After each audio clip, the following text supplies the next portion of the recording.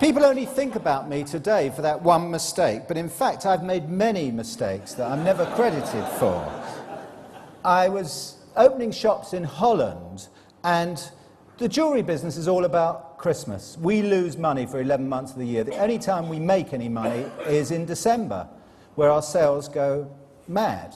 Anyway, so in Holland we were doing very well in the summer. Christmas comes around and the sales remain exactly as they were in the summer. There's no uplift like there is in the UK. So I phone up the bloke who's running it and I said, what's going on there in Holland? Don't they exchange Christmas presents? He says, no.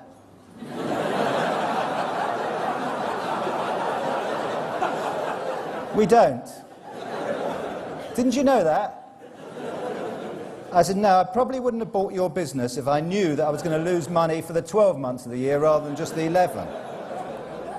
So it's always important to research a new venture. Anyway, undeterred, after conquering Europe, I decided to attack America, and I bought 500 shops called K's.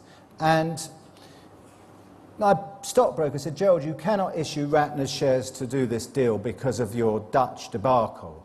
So I said, well, I don't want to get into debt. 500 million pounds, I think it was. So he said, well, you can issue convertible shares. At the moment, your shares are £4.20. Just issue them at a head of price, £6.50. They'll reach that price in 3 years. You'll have a 3-year window for them to achieve that, and just issue them at a higher price, then everyone will be happy. So I issued them at £6.50. And because I made the speech, instead of them going to £6.50, they went to 2p. And it converted to debt with a very high interest coupon, a penalty, because if your shares didn't, you had a penalty thing, and it ended up I owed about £1 billion, which was a lot of money in those days. And I had got the sack, and it was 5 years since I'd worked. I'd given up, basically, and one day, I was sacked in 1992, it was about 1996, and I was lying in bed watching Countdown. It was the highlight of my day, and there was a knock on my bedroom door. Strange enough, it was my wife, and who else would it be, luckily. And she said, could I have a word with you, Gerald?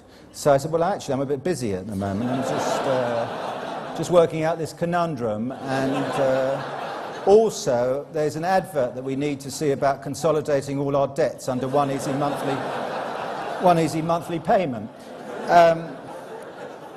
She said, unless you get a job, I'm going to really, well, basically throw you out. She said, I'm fed up with you lying around all day looking miserable and not shaving and not even getting dressed. It's just awful. And I said, that's strange that you're going to throw me out because I'm always here, because my first wife threw me out because I was never at home. But anyway, she wasn't impressed with that.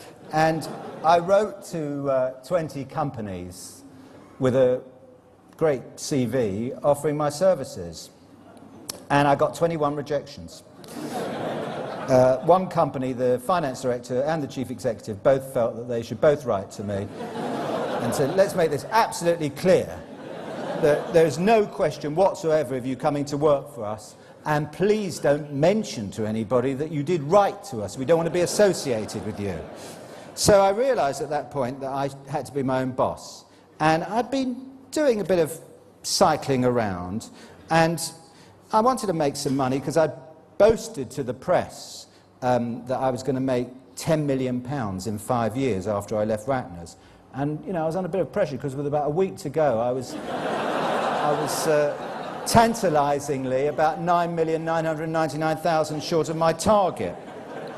Anyway, I found this site in Henley-on-Thames on an industrial estate which I felt would work well as a luxury health club. It could convert. So I went to the estate agent and said, I'd like to rent this property. And they said, well, it's $65,000 a year. I didn't have any money, but I said, oh, that's not a problem, because I didn't think I'd have to pay the rent straight away. He said, but you can't rent it anyway because you're an individual, you're not a company, the landlord wouldn't trust you to pay the rent. So I said, well, what do? They said, well, you can buy the freehold for £750,000. And I worked out I needed £500,000 to convert it to the luxury health club that I wanted it to be, and, you know, swimming pool and everything. So I went to the bank and I said, I'd like to borrow £1.25 million, please. And the bank manager basically told me to sod off. I mean, he said that it's a stupid idea, and coming from you, it's even more stupid. He didn't even offer me a cup of tea and a biscuit. And so I was a bit depressed, not for the first time, and I put an advert in the Henley Standard, more or less. I lived in this sort of water-mitty world, thinking that, you know, I had raised the money when I hadn't. I don't know why. And I put this advert in the paper. You have to fool yourself when things are so bad. Anyway, so I put an advert in the paper, and I said, if you join my club, a club which I didn't own, didn't have the money to own, it's just a place up the road, I had no prospects for it. If you join my club, there's no joining fee. I was very generous like that. It's just £42 a month, and I waived the £150 joining fee. And alongside that was a few drawings of how the club was going to look, artist drawings. And I made it look fabulous after all. You know, it doesn't cost anything to draw it better than it would have been. And I drew this fabulous gym and an outdoor swimming pool, jacuzzi, restaurant, terrace, beauty area, aerobics. It's the best gym you've ever seen, on paper anyway. So, and everyone got very excited about this. And they signed up. I got 800 people signing away direct debits to join this club that didn't exist, that I said was going to open in 3 months.